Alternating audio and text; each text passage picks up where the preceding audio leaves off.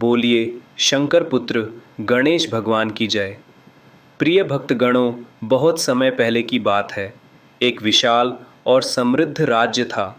उस राज्य का राजा विक्रमादित्य अपने न्याय, दया और धर्म के लिए दूर दूर तक प्रसिद्ध था।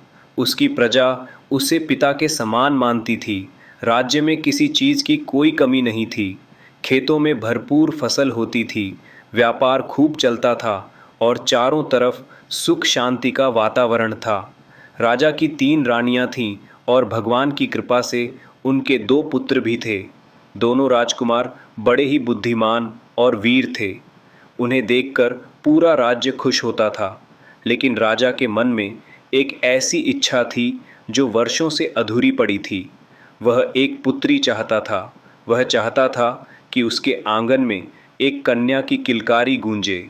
जब भी वह किसी पिता को अपनी बेटी के साथ हंसते मुस्कुराते देखता तो उसका मन भावुक हो जाता। राजा ने अपनी इस इच्छा के बारे में किसी से ज़्यादा चर्चा नहीं की। वह जानता था कि भगवान जो देते हैं वही सबसे अच्छा होता है। फिर भी उसके मन की यह चाहत कभी समाप्त नहीं हुई। धीरे धीरे उसने अपनी सारी आशा भगवान गणेश के चरणों में रख दी।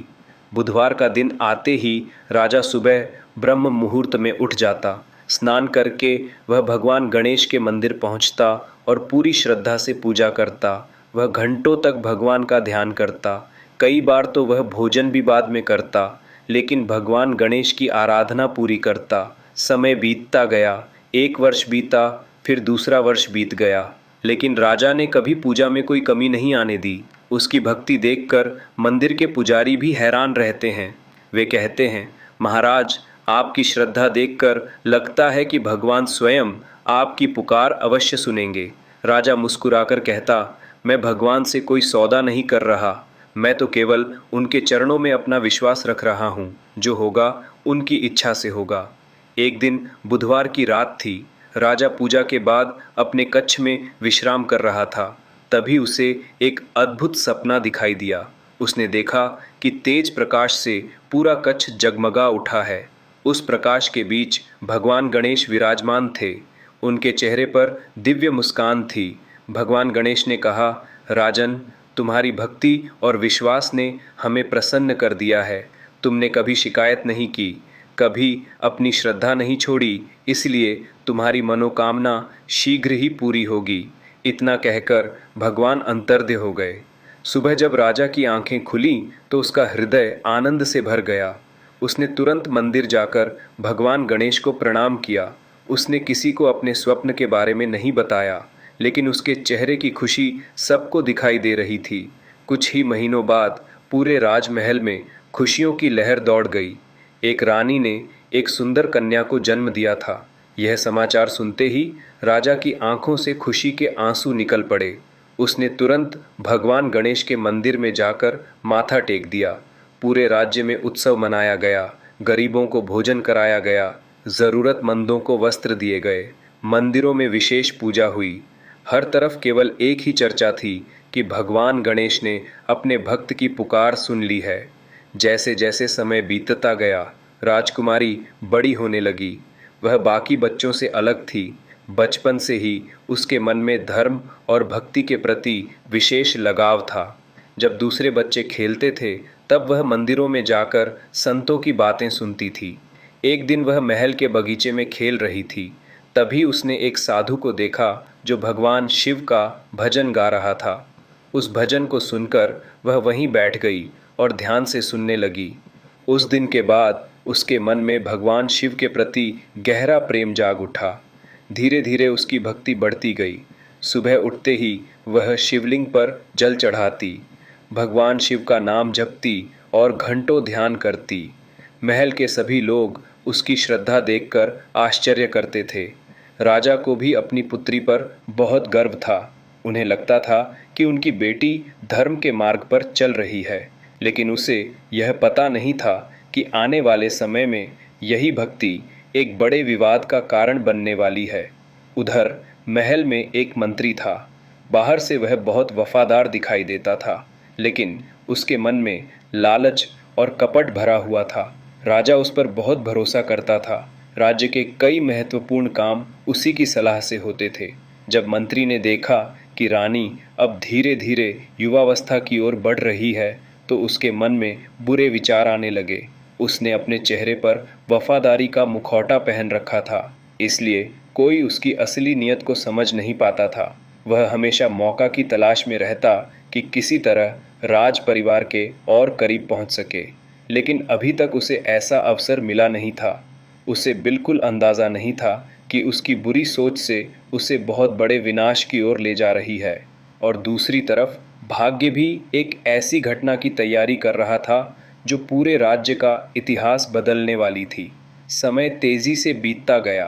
अब राजकुमारी बड़ी हो चुकी थी। उसका स्वभाव बहुत सरल था। वह महल की शान शौकत से दूर रहकर साधारण जीवन जीना पसंद करती थी।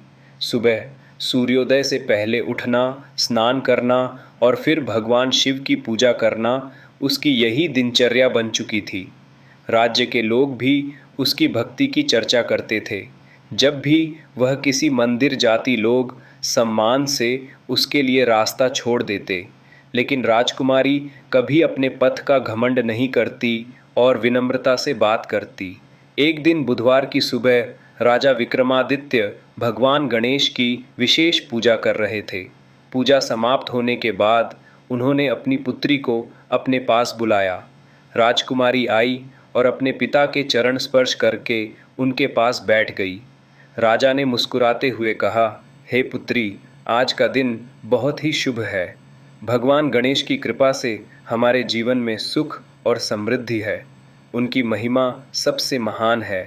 राजकुमारी ने आदरपूर्वक कहा, पिताश्री, भगवान गणेश निश्चित ही पूजनीय है, लेकिन मेरे लिए तो भगवान शिव सबसे बड़े हैं।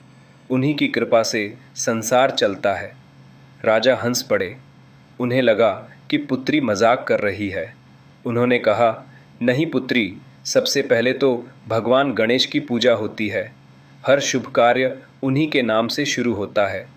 इससे बड़ा प्रमाण और क्या होगा। राजकुमारी ने शांत स्वर में कहा, पिताश्री, यह बात सही है, लेकिन भगवान शिव तो स्वयं देवों के देव महादेव हैं। मेरे लिए उनसे बड़ा कोई नहीं है। राजा कुछ क्षण तक चुप रहे। पहली बार उन्हें महसूस हुआ कि उनकी पुत्री इस विषय को बहुत गंभीरता से देखती है। उन्होंने बात को वहीं समाप्त कर दिया, लेकिन उनके मन में यह चर्चा रह गई। उधर मंत्री दूर खड़ा यह सब सुन रहा था। उसकी आदत थी कि वह महल में होने वाली हर छोटी बड़ी बात पर बड़ी नज़र गड़ाकर रखता था। जब उसने पिता और पुत्री की बातचीत सुनी, तो उसके मन में एक नई चाल जन्म लेने लगी। उसने सोचा, यदि राजा और राजकुमारी के बीच मतभेद बढ़ा दिया जाए तो राज परिवार कमज़ोर हो जाएगा, और जब राज परिवार कमज़ोर होगा तब मेरे लिए रास्ते खुल जाएंगे। उस दिन से उसने धीरे धीरे अपने षड्यंत्र की शुरुआत कर दी। कुछ दिनों बाद राजा दरबार में बैठे थे। मंत्री ने मौका देखकर कहा, महाराज, पूरे राज्य में आपकी गणेश भक्ति की चर्चा होती है। लोग आपको भगवान गणेश का सबसे बड़ा भक्त मानते हैं। राजा मुस्कुराकर बोले, यह सब भगवान की कृपा है। मंत्री बोला, लेकिन मैंने सुना है कि कुछ लोग भगवान गणेश की महिमा को कम करके बताते हैं। राजा ने तुरंत पूछा, कौन है वो लोग? मंत्री चालाकी से बोला, महाराज, मैं किसी का नाम नहीं लेना चाहता, लेकिन ऐसी बातें सुनकर मुझे बहुत दुख होता है। इतना कहकर वह चुप हो गया। राजा कुछ समझ नहीं पाए, लेकिन उनके मन में हल्का सा संदेह पैदा हो गया। उधर मंत्री ने एक दूसरी चाल भी चलनी शुरू कर दी। वह राजकुमारी के सामने जाकर भगवान शिव की महिमा की बातें करता, फिर कहता, राजकुमारी जी, आपके जैसे सच्ची शिव भक्त पूरे राज्य में कोई नहीं है। राजकुमारी सरल स्वभाव की थी। वह मंत्री की बातों में छिपी चालाकी को समझ नहीं पाई। धीरे धीरे मंत्री दोनों के मन में अलग अलग विचारें भरने लगा। एक दिन महल में एक बड़ा धार्मिक आयोजन रखा गया। राज्य भर से विद्वान और संत बुलाए गए। राजा स्वयं भगवान गणेश की महिमा पर चर्चा कर रहे थे। तभी राजकुमारी ने सम्मानपूर्वक कहा, पिताश्री, हर देवता महान है। किसी को छोटा और किसी को बड़ा कहना उचित नहीं है। राजा ने कहा, मैं किसी को छोटा नहीं कह रहा, लेकिन मेरे लिए भगवान गणेश सर्वोच्च हैं। राजकुमारी बोली, और मेरे लिए भगवान शिव। दरबार में अचानक सन्नाटा छा गया। दोनों अपनी अपनी भक्ति में सच्चे थे, लेकिन पहली बार उनके विचार खुलकर सामने आए थे। मंत्री मन ही मन मुस्कुरा रहा था। उसे लग रहा था कि उसकी योजना सफल हो रही है। कुछ दिनों बाद एक और घटना हुई। राजकुमारी हर सोमवार एक प्राचीन शिव मंदिर में पूजा करने जाती थी। वह मंदिर घने जंगल के बीच स्थित था। वहां बहुत कम लोग जाते थे। एक दिन मंत्री ने दूर से उसका पीछा किया। जब उसने देखा कि राजकुमारी अकेले मंदिर में पूजा कर रही है, तो उसके मन में बुरी इच्छा और बढ़ गई। उसने सोचा कि यदि किसी तरह वह राजकुमारी को अपने जाल में फंसा ले, तो आगे चल के वह पूरा राज्य का मालिक बन सकता है। लेकिन वह जानता था कि जल्दबाजी करना उसके लिए खतरनाक बन सकता है। इसलिए उसने धैर्य रखा और सही समय का इंतजार करने लगा। उधर राजकुमारी को इन सब बातों का कोई भी जानकारी नहीं थी। वह पूरी श्रद्धा से भगवान शिव की भक्ति में लगी हुई थी। उस रात जब वह मंदिर से लौटकर अपने कक्ष में सोई, तब उसे एक अद्भुत सपना दिखाई दिया। उसने देखा कि एक विशाल पर्वत के ऊपर चमकता हुआ शिवलिंग है। उसके चारों ओर दिव्य प्रकाश फैला हुआ है।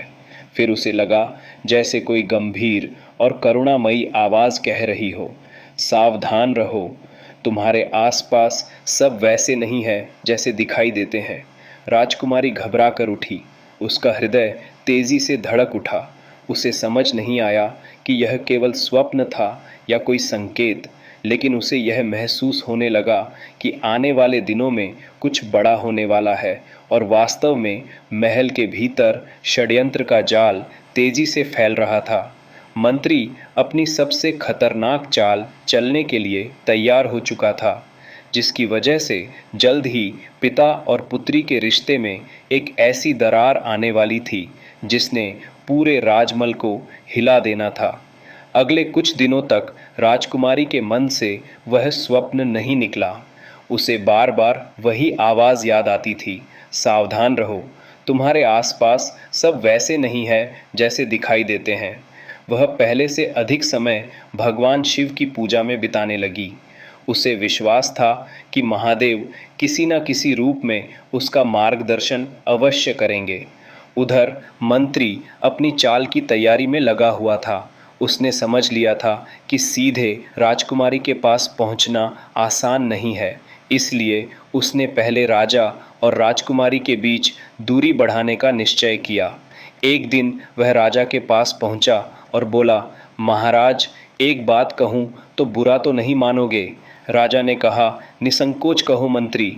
मंत्री बोला, मैंने कई बार देखा है कि राजकुमारी अब पहले जैसी नहीं रही। वह आपकी बातों को उतना महत्व नहीं देती जितना पहले देती थी। राजा ने गंभीर होकर पूछा, तुम ऐसा क्यों कह रहे हो? मंत्री ने धीरे से कहा, महाराज, मैंने स्वयं उससे कई लोगों के सामने कहते सुना है कि भगवान शिव सबसे बड़े हैं। लोग अब इसकी चर्चा करने लगे। राजा को यह बात अच्छी नहीं लगी। उन्हें अपनी पुत्री से प्रेम था, लेकिन उन्हें लगा कि कहीं वह जिद्दी तो नहीं होती जा रही। मंत्री ने आग में घी डालते हुए कहा, राज्य की प्रजा राजा का अनुसरण करती है। यदि राज परिवार में ही अलग अलग मत दिखाई देंगे तो लोग भ्रमित हो सकते हैं। राजा कुछ नहीं बोले, लेकिन उनके मन में चिंता बढ़ गई। उधर मंत्री ने दूसरी तरफ भी अपना खेल शुरू कर दिया। वह एक दिन राजकुमारी के पास पहुंचा और बोला, राजकुमारी जी, मैंने सुना है कि महाराज को आपकी शिव भक्ति पसंद नहीं है। राजकुमारी चौंक गई। उसने कहा, ऐसी बात नहीं हो सकती। पिताश्री मुझे बहुत प्रेम करते हैं। मंत्री ने झूठा दुख दिखाते हुए कहा, मैं तो बस वही कह रहा हूँ जो लोगों से सुन रहा हूँ। यदि मेरी बात गलत हो तो मुझे खुशी होगी। यह कहकर वह वहाँ से चला गया। अब राजकुमारी भी सोच में पड़ गई। धीरे धीरे दोनों के मन में संदेह के छोटे छोटे बीज पड़ चुके थे। कुछ दिनों बाद बुधवार का दिन आया। पूरे महल में भगवान गणेश की विशेष पूजा की तैयारियां हो रही थीं। राजा ने आदेश दिया कि इस बार पूजा बहुत ही भव्य तरीके से होगी। पूरे राज्य से लोग दर्शन के लिए आने लगे। राजा ने अपनी पुत्री को भी पूजा में शामिल होने के लिए बुलाया। राजकुमारी सम्मानपूर्वक वहां पहुंची। पूजा शुरू हुई। मंत्रों की ध्वनि पूरे वातावरण को भक्तिमय कर रही थी। पूजा समाप्त होने के बाद राजा ने सबके सामने कहा, जो भी व्यक्ति सच्चे मन से भगवान गणेश की आराधना करता है उसके सभी कष्ट दूर हो जाते हैं। संसार में उनसे बढ़कर कोई विघ्नहर्ता नहीं है। लोगों ने जयकारा लगाया। तभी राजकुमारी ने हाथ जोड़कर कहा, पिता श्री भगवान गणेश की महिमा अनंत है, लेकिन भगवान शिव भी समस्त सृष्टि के आधार हैं। राजा ने कहा, यह मैं जानता हूँ, लेकिन सबसे पहले पूजे जाने वाले तो भगवान गणेश ही हैं। राजकुमारी बोली, और गणेश जी स्वयं भगवान शिव के तो पुत्र हैं, इसलिए महादेव सर्वोच्च हैं। अब पहली बार दोनों की बात थोड़ी तीखी हो गई। दरबार में बैठे लोग एक दूसरे का चेहरा देखने लगे। राजा ने कहा, पुत्री, तुम मेरी बात समझना नहीं चाहती। राजकुमारी बोली, और आप मेरी भावना नहीं समझ रहे हैं। इतना कहकर वह वहाँ से चली गई। राजा का मन बड़ा दुखी हो गया। उधर मंत्री के चेहरे पर उसे तो वही चाहिए ही था। उस रात मंत्री ने अपनी सबसे खतरनाक योजना बनाई। उसने अपने कुछ भरोसेमंद लोगों को बुलाया और कहा, कल जंगल वाले शिव मंदिर के पास पहुंचना, जो मैं कहूं वही करना। अगली सुबह राजकुमारी हमेशा की तरह से मंदिर गई। वह पूजा में लीन थी। तभी मंदिर के बाहर अचानक शोर सुनाई दिया। कुछ नकाबपोश लोग वहां आ गए। उन्होंने मंदिर के पुजारी को डराने की कोशिश की। राजकुमारी बाहर निकली और बोली, तुम लोग कौन हो? वे लोग जानबूझकर उत्पात मचाने लगे। राजकुमारी ने बिना डर के उन्हें रोकने की कोशिश की। तभी अचानक कुछ सैनिक वहां पहुंचे। उन सैनिकों को मंत्री ने ही पहले से भेजा था। नकाबपोश लोग तुरंत भाग गए। सैनिकों ने राजकुमारी को सुरक्षित महल में पहुंचा दिया। जब यह समाचार राजा तक पहुंचा तो वे चिंतित हो उठे। उन्होंने तुरंत सुरक्षा बढ़ाने का आदेश दिया, लेकिन मंत्री ने बड़ी चालाकी से इस घटना का फायदा उठाया। उसने राजा से कहा, महाराज, यह सब इसलिए हुआ है क्योंकि राजकुमारी अकेले जंगल जाती है। दुश्मन उनकी गतिविधियों पर नज़र रख रहे हैं। राजा ने कहा, तुम ठीक कहते हो। मंत्री बोला, कुछ समय के लिए उन्हें मंदिर जाना बंद कर देना चाहिए। राजा ने भी यही उचित समझा। जब यह बात राजकुमारी को बताई गई तो वह दुखी हो गई। उसने कहा, मैं तो केवल भगवान शिव की पूजा करने जाती हूँ। लेकिन राजा ने उसकी बात नहीं मानी। पहली बार राजकुमारी को लगा कि उसके पिता उसकी भावनाओं को समझ नहीं रहे। उधर मंत्री मन ही मन खुश था। अब वह चाहता था कि राजकुमारी अकेली और कमज़ोर महसूस करे, ताकि वह आगे अपनी बुरी नीयत पूरी कर सके। लेकिन उसे यह पता नहीं था कि ऊपर बैठा भगवान सब देख रहा है। उसी रात जब मंत्री अपने कक्ष में सो रहा था, उसे एक भयानक स्वप्न दिखाई दिया। उसने देखा कि एक विशाल शिवलिंग से तेज प्रकाश निकल रहा है और सामने खड़ा एक दिव्य रूप उसे क्रोध भरी दृष्टि से देख रहा है। मंत्री डर के मारे कांपने लगा। फिर एक गूंजती हुई आवाज़ सुनाई दी, धर्म का मार्ग छोड़ दे, अभी भी समय है। मंत्री घबराकर उठ बैठा। उसका पूरा शरीर पसीने से भीग चुका था। कुछ क्षणों के लिए उसके मन में भय पैदा हुआ, लेकिन फिर उसका लालच उस भय पर भारी पड़ गया। उसने कहा, मैं इतनी दूर आ चुका हूँ, अब पीछे नहीं हटूंगा। उसे नहीं पता था कि उसकी यह जिद उसे ऐसे विनाश की ओर ले जा रही है जहाँ से लौटने का कोई रास्ता नहीं होगा। और दूसरी तरफ राजा और राजकुमारी के बीच बढ़ती गलतफहमियाँ अब एक बड़े टकराव का रूप लेने वाली थीं। पहले जहां दोनों हर बात एक दूसरे से साझा करते थे, अब उनके बीच चुप्पी रहने लगी थी। राजा को लगता था कि उसकी पुत्री उसकी बातों का सम्मान नहीं कर रही, जबकि राजकुमारी को लगता था कि उसके पिता उसकी भक्ति को समझना नहीं चाहते। उधर मंत्री इसी मौके का फ़ायदा उठाने लगा।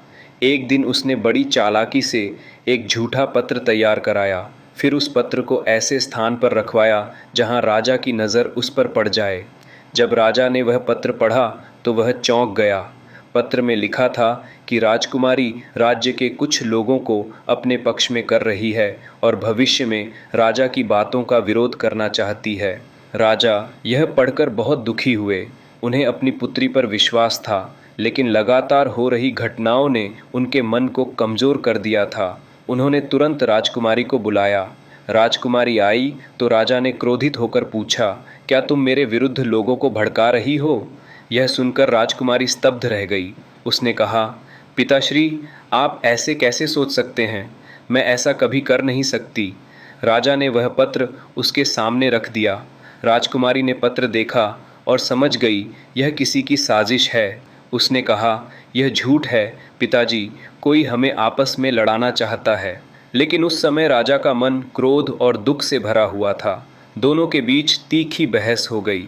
राजकुमारी की आंखों में से आंसू आ गए। उसने कहा, यदि आपको मुझ पर विश्वास नहीं है तो मैं कुछ दिनों के लिए महल छोड़ देती हूँ।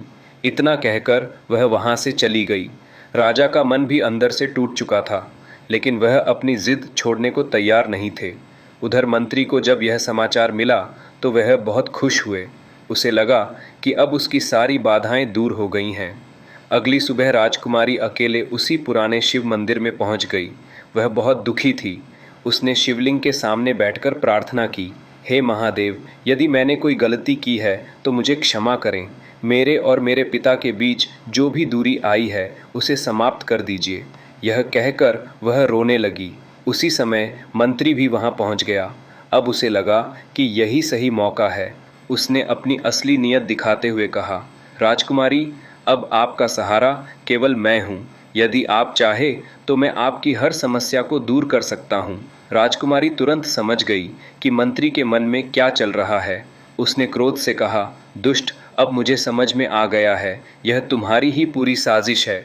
मंत्री हंसने लगा। उसने कहा, अब कोई तुम्हारी बात पर विश्वास नहीं करेगा। राजा भी तुमसे नाराज हैं। इतना सुनते ही राजकुमारी ने आंखें बंद कर लीं और भगवान शिव का स्मरण करने लगी। उसी क्षण मंदिर के भीतर एक तेज प्रकाश फैल गया। पूरा मंदिर दिव्य आभा से भर उठा। मंत्री घबरा गया। तभी शिवलिंग से अद्भुत प्रकाश निकला और भगवान शिव प्रकट हो गए। उनके दर्शन होते ही राजकुमारी भाव विभोर होकर उनके चरणों पर गिर पड़ी। मंत्री भय से कांपने लगा। लेकिन उसी समय मंदिर के दूसरे भाग में एक और दिव्य प्रकाश प्रकट हुआ। उस प्रकाश के बीच भगवान गणेश विराजमान थे। दोनों देवों का दिव्य स्वरूप देखकर पूरा वातावरण गूंज उठा। उसी समय राजा भी वहां पहुंच गए। उन्हें अपनी गलती का एहसास होने लगा था। वह अपनी पुत्री को खोजते हुए मंदिर तक आ गए। भगवान गणेश ने राजा की ओर देखकर कहा, राजन, सच्ची भक्ति कभी अहंकार नहीं सिखाती। फिर भगवान शिव ने कहा, जो भक्त सच्चे मन से किसी भी देवता की आराधना करता है वह अंततः उसी परम सत्य तक पहुंचता है। राजा की आंखों से आंसू बहने लगे। उन्हें अपनी गलती समझ आ गई। उन्होंने अपनी पुत्री से कहा, मुझे क्षमा कर दो, मैंने दूसरों की बात में आकर तुम्हारे पर संदेह किया। राजकुमारी भी रोते हुए अपने पिता के गले लग गई। बरसों का प्रेम एक ही पल में लौट आया। तब भगवान गणेश ने मंत्री की ओर देखा। उनकी दृष्टि पड़ते ही मंत्री का सारा घमंड टूट गया। वह भगवान के चरणों में गिर पड़ा और अपने सारे अपराध स्वीकार करने लगा। उसने बताया कि कैसे उसने झूठ फैलाए, पिता पुत्री के बीच गलत फहमियां पैदा की और अपने स्वार्थ के लिए षड्यंत्र रचे। राजा को जब यह सब पता चल गया, उन्होंने मंत्री को उसके पद से हटाकर बाहर निकाल दिया ताकि वह फिर किसी निर्दोष व्यक्ति का जीवन बर्बाद ना कर सके। इसके बाद भगवान शिव ने मुस्कुराकर कहा, गणेश और मैं अलग नहीं है। जहाँ सच्ची श्रद्धा होती है वहाँ हम दोनों की कृपा रहती है। भगवान गणेश ने भी कहा, भक्तों को कभी यह विवाद नहीं करना चाहिए कि कौन बड़ा है, कौन सबसे शक्तिशाली है। भक्ति तो प्रेम और विश्वास का खेल है। यह सुनकर राजा और राजकुमारी दोनों ने हाथ जोड़ लिए। कुछ ही क्षण बाद दोनों देवता उसी दिव्य प्रकाश में विलीन हो गए। मंदिर का वातावरण पहले जैसा हो गया। लेकिन वहाँ उपस्थित सभी लोगों के जीवन बदल चुके थे। उस दिन के बाद राजा ने कभी किसी देवता में भेद नहीं किया। वह पहले की तरह भगवान गणेश की भक्ति करते रहे और अपनी पुत्री की शिव भक्ति का सम्मान करते रहे। राजकुमारी भी पहले से अधिक श्रद्धा और विनम्रता के साथ पूजा करने लगी। राज्य में फिर से सुख शांति और समृद्धि लौट आई। कहते हैं, जो व्यक्ति बुधवार के दिन भगवान गणेश का स्मरण करता है और साथ ही सभी देवताओं का सम्मान करता है, उसके जीवन की बाधाएं दूर होने लगती हैं, क्योंकि सच्ची भक्ति वही है जिसमें अहंकार नहीं, केवल प्रेम और विश्वास हो। अब एक बार प्रेम से बोलिए श्री हरि विष्णु भगवान की जय, शंकर भगवान की जय।